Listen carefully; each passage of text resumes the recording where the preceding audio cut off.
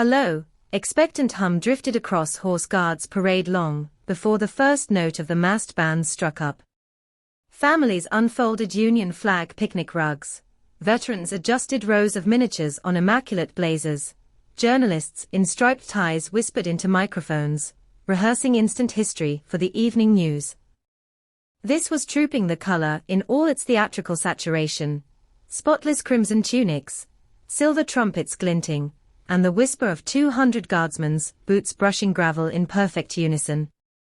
Yet beneath the surface pageantry, a complicated narrative, partly visible, partly whispered behind palace doors, played out like a chess match between tradition, personal health, tightening budgets, and the unrelenting glare of modern media. Charles III, only a year into his reign, traveled in the glass coach rather than riding. From a distance his uniform looked as resplendent as ever, turquoise collar glowing against scarlet cloth, but the decision to forego horseback spoke volumes.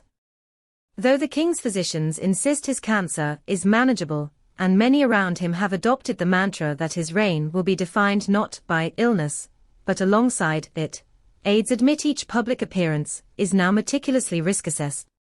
If the parade were a single mile longer, confided one equerry, he would have delegated. This recalibration of a monarch's physical limits, something unseen on such a scale since George VI struggled with lung disease in the 1940s, has opened an unprecedented debate inside Buckingham Palace about how to fulfill centuries-old ceremonial obligations while shielding the sovereign from strain. William, Anne and Edward therefore carried an extra burden, literally and symbolically.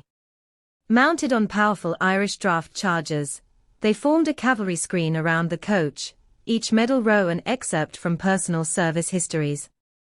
William's was longest, Falklands Anniversary, RAF Wings, long service ribbon, deliberately emphasizing his trajectory toward kingship.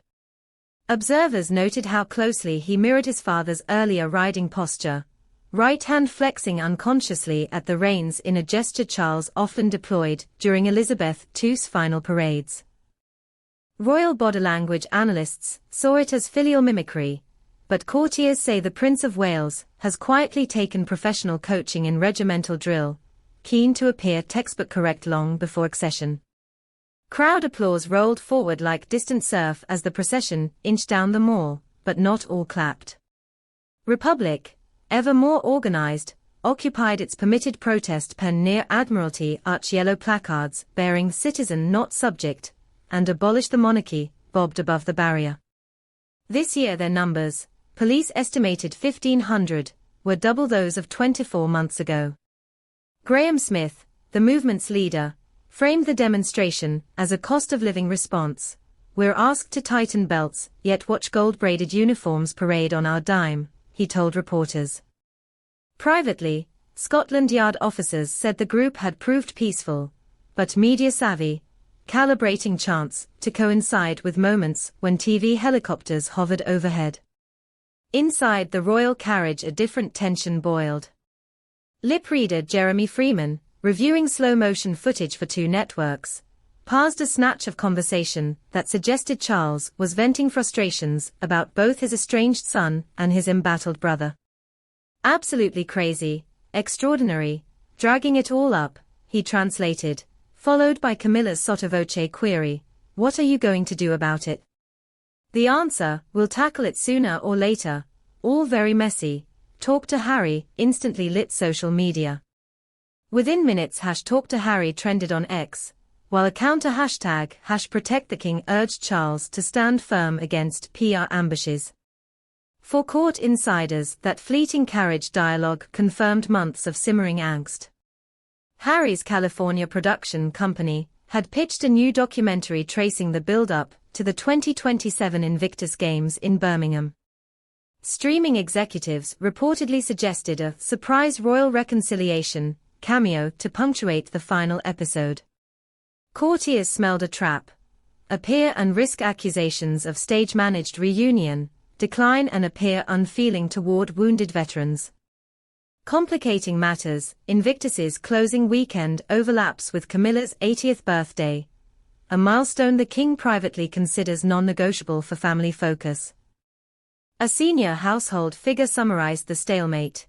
"We have one event designed to honor service and another intended to honor a queen consort who, frankly, kept this man alive during chemo. We can't be in two places at once."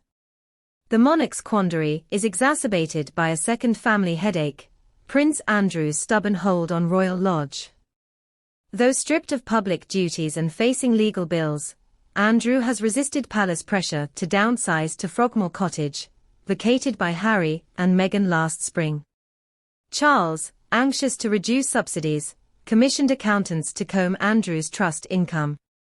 Their findings remain confidential, but whispers of questionable consultancy fees have renewed talk of eviction.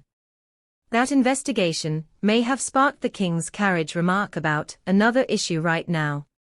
If Andrew's finances collapse, taxpayers could face the optics of refurbishing a 30-room house for a non-working duke, a scenario Chancellor Jeremy Hunt's advisers dread weeks before a general election. Elsewhere in royal orbit, Princess Anne fights a more emotive battle over her late mother's racehorse legacy. Camilla, whose own passion lies in point-to-point hunting, persuaded Charles to sell 13 royal stud thoroughbreds at Tattersall's last autumn, arguing the household couldn't justify £1.2 million in annual training fees. Anne, who regarded those horses as living memorials to Elizabeth II, called the dispersal premature, and has since ring-fenced the remaining bloodstock under her personal supervision at Gatcombe Park.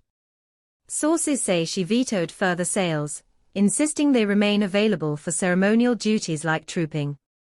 A palace gardening party last month saw Anne walk past Camilla without a nod, according to one guest.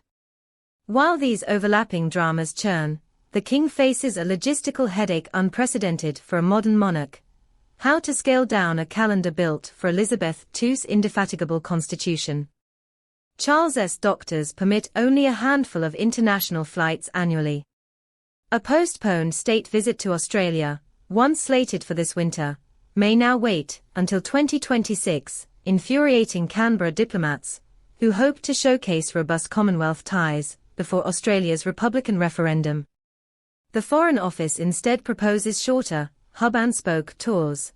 Charles and Camilla base in Cyprus and day trip to Jordan. William and Catherine handle Singapore and Malaysia. Yet Catherine's ongoing preventative chemotherapy complicates that plan. Last week her team quietly cancelled a projected September trip to Nairobi, citing inoculation fatigue during immunosuppression. Inside Clarence's house, courtiers juggle spreadsheets, showing a shrinking roster of frontline royals: Andrew and Harry gone, Catherine on medical leave, the King on reduced hours.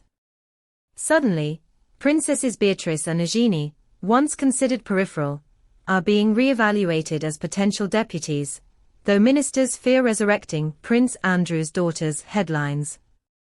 Instead, the palace has expanded the workload of Sophie, Duchess of Edinburgh.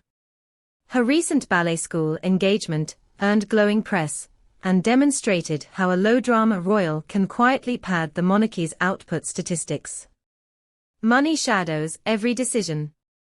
The sovereign grant, linked to Crown estate profits, rose last year, but capital project costs, refurbishing Buckingham Palace's antiquated wiring, consume vast chunks. Republican MPs berate the palace for opaque private finance arrangements. Palace aides counter that the King voluntarily pays income tax, unlike many global heads of state. Yet optics matter. When Andrew's annual security bill leaked, £3 million, Downing Street phone lines lit up. One Treasury official remarked, "If number 10 is cutting hospital meal budgets, we can't have the Duke chauffeured to golf." As Carolean dilemmas multiply, respected historians urge perspective. Professor Anna Whitelock of City, University of London, notes that early reign turbulence is not new. Henry VIII fought Rome. George III lost America. Victoria battled Republican cartoons. Survival rests on adaptation. Whitelock believes a pared-back monarchy, fewer tours, digital outreach, emphasis on service, could actually strengthen public sentiment, provided transparency improves. The institution's worst enemy is mystery around money and motive, she argues. Explain the budgets, show the work, and many critics soften. That advice echoes within palace corridors. Lord Chamberlain Andrew Parker is said to favor publishing annual, value-for-money infographics, listing patronage grants, veterans rehoused through the King's Trust, and carbon savings from palace solar roofs.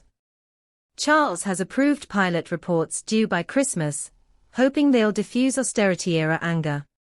For now, media footage loops Charles's brief, strained chat in the coach, eyes narrowed, hand gesturing an impatient wave, while pundits guess whether talk to Harry will materialize. Some note the King's offhand tone suggesting duty rather than desire. Others spot Camilla's concerned brow, reading it as a wife's plea to shield her husband from further stress. Only two things seem certain: the monarch will not cancel Camilla's 80th birthday house party at Highgrove, and Harry's Invictus invitation will remain unanswered until after that date. As the final gun salute thundered across the parade ground and red arrows screamed a tricolour streak overhead, crowds cheered, unaware of the crosscurrents swirling behind palace facades. One elderly spectator, clutching a dog-eared coronation program, sighed, "I remember the Queen until her 90s, never showed weakness." But times change, don't they? Yes, times change. Yet on this sun-blasted June afternoon, crimson and gold still dazzled, horses still stamped and snorted, and for a fleeting moment the monarchy's outward show triumphed over inner turmoil. Tomorrow the negotiations would resume, about health, budgets, prodigal sons and restless Republicans, but today the band played God Save the King, and as ever, the crowd sang along.